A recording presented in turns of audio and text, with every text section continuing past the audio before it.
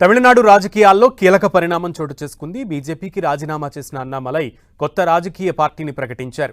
గత 18 నెలలుగా పార్టీతో విభేదాలు ఉన్నాయని, తమ కొత్త పార్టీ 2031 తమిళనాడు ఎన్నికల్లో పోటీ చేస్తుందని స్పష్టం చేశారు అన్నామలై.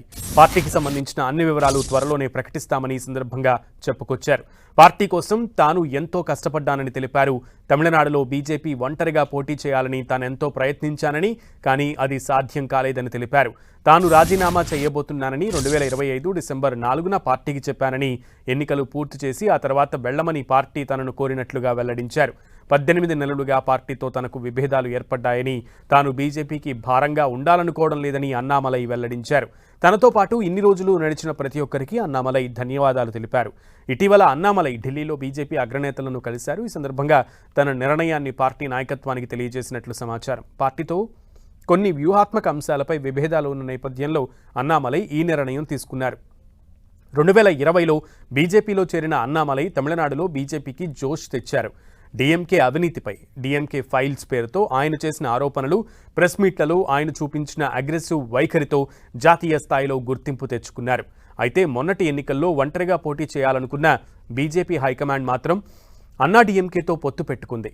పళనిస్వామి డిమాండ్ మేరకు అన్నామలైకు టికెట్ ఇవ్వలేదనే ఆరోపణలు ఉన్నాయి. దీంతో బీజేపీలోని పాత తరం సీనియర్ నేతలకు అన్నామలై పనితీరుకు అస్సలు పడడం లేదనే టాక్ చాలా కాలంగా ఉంది. ఈ పరిణామాల నేపథ్యంలోనే ఆయన బీజేపీకి రాజీనామా చేశారు. అన్నామలై రాజీనామా తర్వాత తమిళనాడు రాజకీయాల్లో కొత్త సమీకరణాలకు దారితీసే అవకాశం ఉందని విశ్లేషకులు భావిస్తున్నారు. అన్నామలై తదుపరి పొలిటికల్ స్టెప్ ఏమిటనే అంశంపై ఇప్పుడు అందరి దృష్టి నెలకొంది. గతంలో డీఎంకే అవినీతిని ఎండగట్టిన ఆయన ప్రస్తుతం ప్రభుత్వ ప్రజా వ్యతిరేక విధానాలపై ప్రజల్లోకి బలంగా వెళ్లాలని భావిస్తున్నారు. బీజేపీలో ఉంటే అవన్నీ సాధ్యం కాదనే కారణంతోనే పార్టీకి రాజీనామా చేసినట్లు సన్నిహితులు చెబుతున్నారు.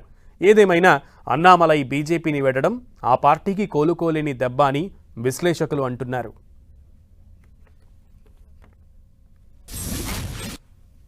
அடுத்து நாம் இதெல்லாம் பேசிட்டோம், பழச பேசிட்டோம், இருந்ததை பேசிட்டோம். அடுத்து ஆனந்தமாக அன்போடு தமிழ்நாட்டில் ஒரு அரசியல் இயக்கத்தை நாம் துவங்க இருக்கின்றோம். இது அரசியல் இயக்கமா, கட்சி இல்லையா அப்படின்னு நீங்க யாரும் கேட்கவே வேண்டாம். கண்டிப்பாக தமிழகத்தில் அடுத்து நடக்கக்கூடிய தமிழகத்தினுடைய பொது தேர்தலில் நம்முடைய கட்சி போட்டியிடும், அதில் எந்த மாற்று கருத்தும் இல்லை.